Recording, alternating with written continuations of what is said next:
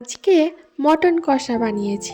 প্রথমে মাংসতে নুন, কাগজি লেবুর রস, পরিমাণ মতো দই, আদা রসুন আর কাঁচা লঙ্কা একসাথে বাটা, হলুদ গুঁড়ো, জিরে গোলমরিচ গুঁড়ো, শুকনো লঙ্কা গুঁড়ো, সামান্য সর্ষের তেল দিয়ে ভালো করে মেখে 1 ঘন্টার জন্য ম্যারিনেট করে রেখে দিয়েছিলাম।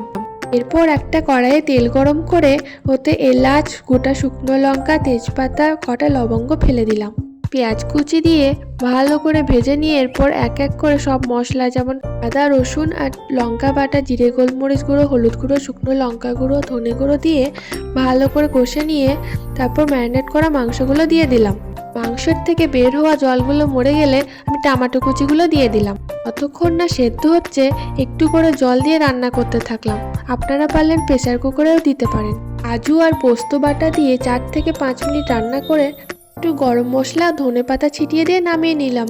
গরম গরম পরিবেশন করুন মটন কষা।